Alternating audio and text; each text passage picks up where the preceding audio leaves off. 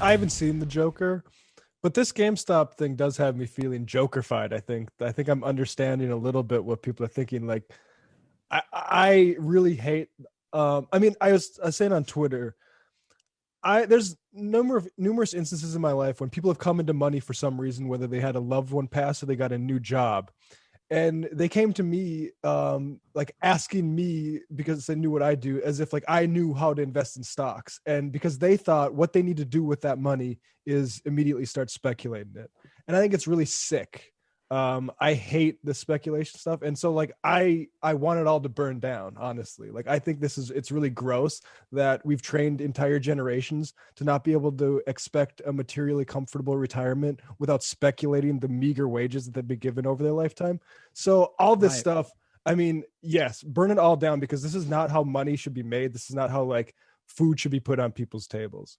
Right. No, absolutely. Absolutely. And even like to pull back a little bit, because that's like, in the broader picture, to pull back a little bit, the idea that people even make money off of, in the system we currently have, the idea that people make money off of betting on a company, meaning people's lives are at risk here too, their livelihoods on companies failing, Yeah. seems And absolutely ridiculous. I mean, that's true too, but even like passive income as a concept, like other countries, like Europe, that's called unearned income, which is a better name for it. Like this whole concept, like I want it to flounder, and I love that it's being embarrassed right now. And it's also like, Matt, just to piggyback on your point about betting on companies to fail, this hedge fund bet on companies to fail by buying like more than there were even stocks available, like over 100% of the shorts. And so it's just like an absolutely sick concept that seems like it should be illegal, but is completely normalized in terms of hedge fund culture. Well, I mean, if there is any regulation that comes out of it, it should be addressing that shit. Nothing that's, coming out of Reddit, obviously. well, okay. Maybe this is a contrarian take, but this is literally just capitalism. Like, this is the way that capitalism has developed. There's a reason all this speculative money is going into these wild deals built on sand, because it has nowhere else to go at this point in time. So if you don't like this, you should be working to overthrow this system, because that's what's going to keep on happening. That's just what capitalism is. And, our friend Daddy Marx actually played the stock market from time to time. I saw a quote going around that I thought was kind of funny.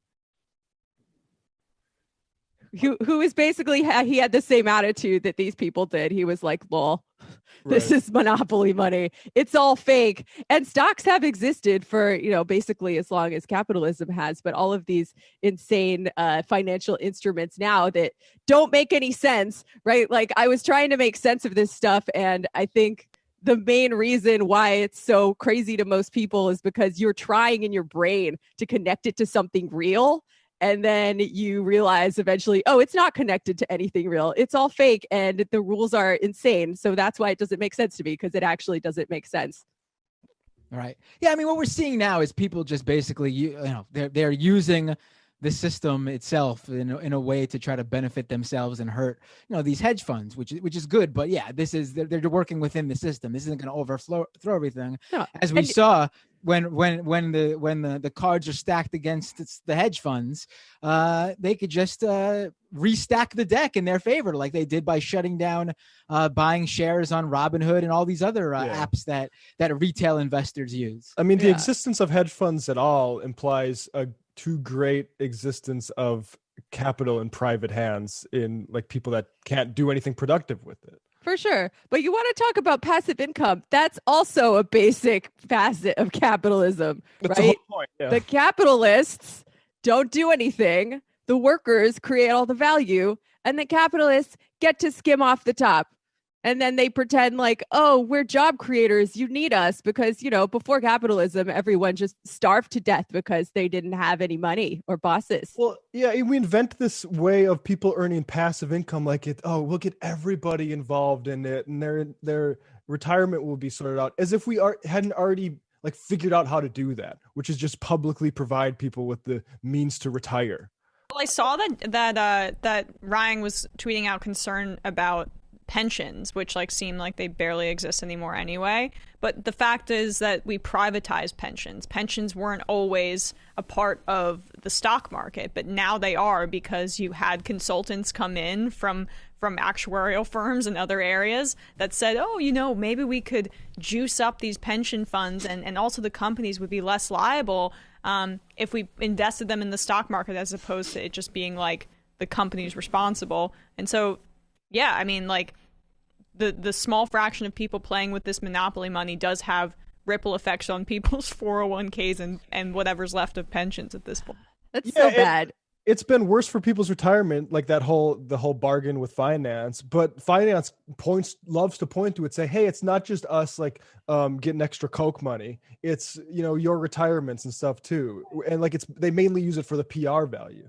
Yeah, right. No, absolutely. It's holding people hostage via the retirement accounts of regular people. So then they say, "Oh, see, we need to put a bunch of public money into this thing, otherwise, you know, your retirement accounts that we are holding hostage are going to tank, and you're going to have to feel bad." Can we just briefly acknowledge this Robinhood thing, because right now Robinhood shut down the ability to buy stocks for AMC movie theaters, games. I'm not doing too good. Yeah. I downloaded Robinhood for the first time yesterday because I was like, listen, I've never bought a stock in my life. Right. But if these guys are crying, I want my fingerprint on it somewhere, you know? So I purchased some stock.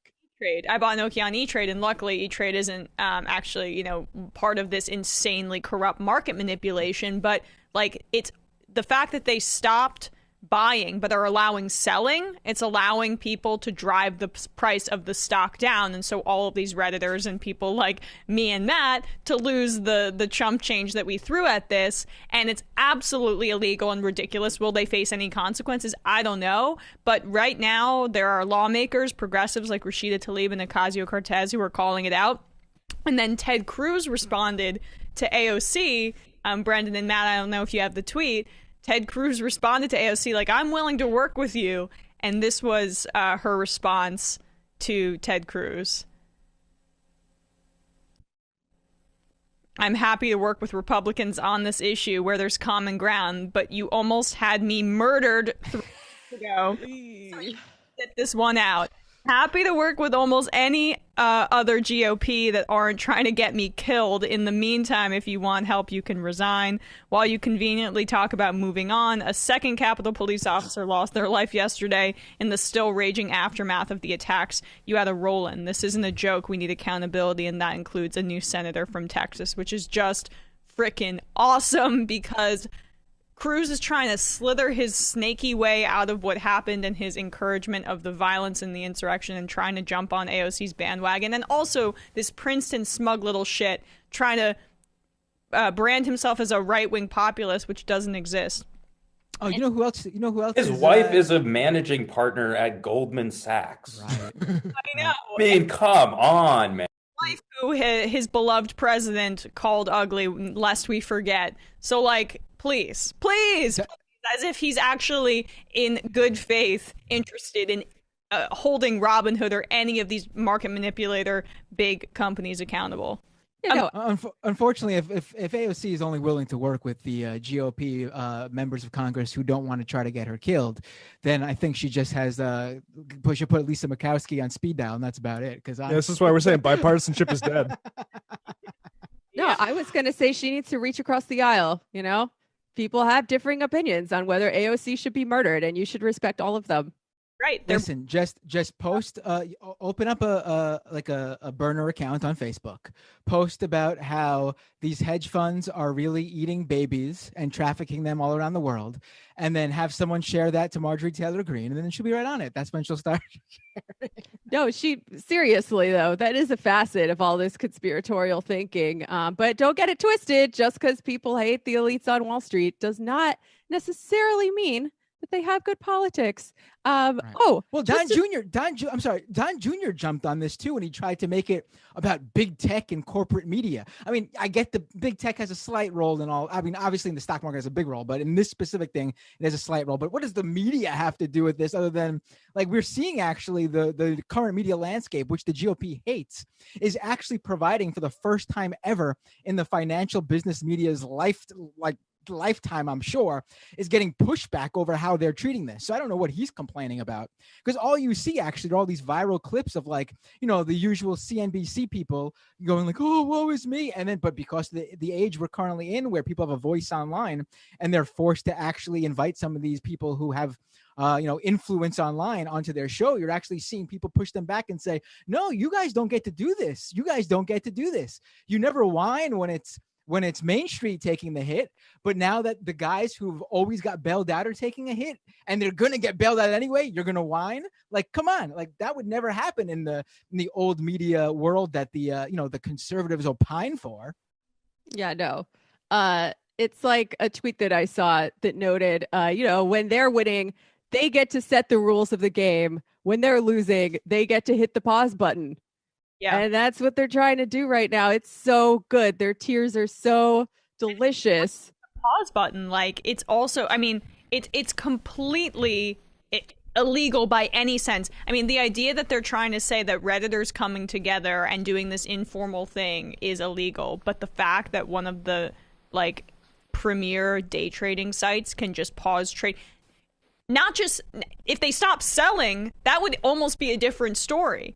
Just pause buying, so the stock is driven down. Are you fucking kidding me? Like, that is as illegal as it gets. And I said this earlier, like, Robinhood tries to market itself as a benevolent trading company. They do big fundraisers here in New York. There's billboards everywhere. They're all about the people, and it's in the name, and yet they're literally stealing from regular people right now and giving it back to the rich.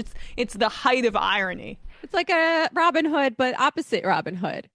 Right. And isn't their whole deal that they let you do stock trades as a consumer for free, but they're selling the information to big hedge funds so that they know what people are doing like a few milliseconds before everybody else knows? Yes, that's exactly it. The hedge funds and the big trading organizations are able to get a heads up so that they don't get screwed over and lose the millions upon millions and billions and billions and billions that they're riskily investing, just as we saw with this whole GameStop situation. Like, maybe they should have hedged their bets a little bit, but they never felt that they needed to do that. They never felt they needed to hedge their bets because the system is so rigged in their favor, and they felt they could go all in on shorting GameStop. Well, yeah, sorry, you got screwed. Oh, and fun fact, nobody has actually tried to retire out of 401k yet. So we don't even know if that shit works. I didn't even know what a defined benefit pension was. My ex-husband had to explain it to me because he had one through his union in the building trades. It's a lot better. Spoiler alert. Emma, did you see we're being that? Scammed on a massive scale by these vampires. And Emma, you're a sports person. Did you see that Portnoy of Barstool is trying to be a man of the people on this one? Mr. Union Buster, anti-union. He's always trying Portnoy to do that. Yeah. He's like a coked out day trader. And so like now he's I mean, look, like I saw saw Manny Fidel on Twitter repost the meme to him, like his tweet saying heartbreaking, the worst person you know, just made a great point. Because he is like saying, fuck Robin Hood, whatever. But I mean, he's been like one of these people don't know which is true, that anybody who says they know how to beat the markets is lying to you. They don't, and it's all a big lie. So he's been on that beat for a while. I mean, how populist that is, I guess sort of depends on how many people you think are actually playing this sort of speculation game. I saw blogs saying this was the greatest distribution of wealth, like such like what the let's not oversell it, but perhaps this is a good segue to get into some of these clips on the same subject.